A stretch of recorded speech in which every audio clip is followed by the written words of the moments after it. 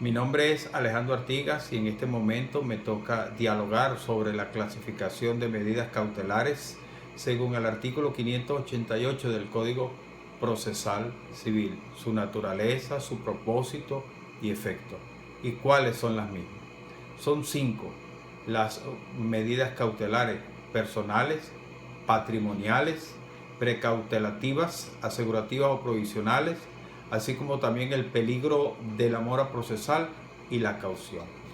Cuando hablamos de las medidas cautelares personales, el propósito recae sobre la persona del imputado y tiene como fin fundamental la protección de la víctima, vida e integridad de la misma, y por otro lado asegurar la enseñanza o la eficacia, mejor dicho, de la sentencia que recae en este proceso.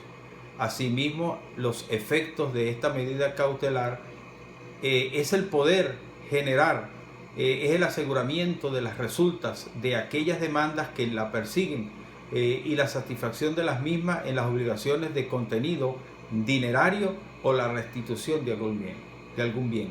También tenemos la medida cautelar patrimonial, cuyo propósito recae sobre los bienes, sobre el patrimonio, tiene como objeto la supervivencia económica y patrimonial de la víctima, así como garantizar la responsabilidad pecuniaria que pueda surgir en el proceso penal. Los efectos podemos ver 3. En el embargo de bienes muebles, la medida cautelar adoptada por la autoridad judicial para asegurar el resultado de un proceso y que recae sobre determinados bienes cuya disponibilidad se impide. En segundo lugar, el secuestro de bienes determinados, que es el depósito de bienes muebles o inmuebles en materia de un litigio que en manos de terceros y para fines preventivos y de conservación hacen los interesados o decreta el tribunal. Y en tercer lugar, la prohibición de enajenar y gravar bienes inmuebles. Esta medida no afecta ni perturba de manera inmediata el afectado, constituye una limitación al derecho de la propiedad. En tercer lugar, podemos hablar de la medida precautelativa, asegurativa o provisional, como se llama. Impide al solicitante, en su propósito, el deber de presentar con la solicitud instrumentos probatorios que respalden la protección o la pretensión cautelar.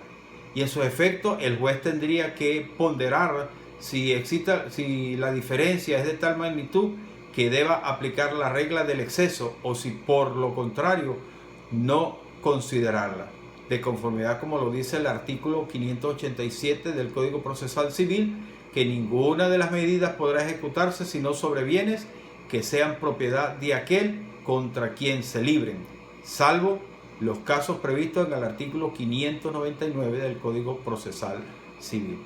También tenemos como cuarta medida cautelar el peligro por la mora procesal. Tiene su razón de ser este requisito en el transcurso del tiempo que necesariamente ha de producirse entre la presentación de la demanda y la resolución judicial definitiva del asunto, pues aunque contáramos con organismos judiciales sumamente diligentes y eficaces, el cumplimiento de los trámites procesales conlleva una dilación temporal de la decisión del litigio. En los efectos podemos ver el peligro en la demora a los efectos de la medida precautoria que surge de la sola duración del proceso, y la prolongación de un lapso más o menos largo siempre le crea un riesgo a la justicia. Y como última medida cautelar podemos hablar de la caución. En su propósito, la caución es la adopción de las medidas cautelares que están subordinadas a la prestación de la caución bastante y adecuada, que garantice los daños y prejuicios que puedan originarse al patrimonio del sujeto pasivo que las soporta. De allí podemos entonces entender estas medidas cautelares, como dijimos anteriormente, según el artículo 588 del Código Procesal Civil. Muchas gracias.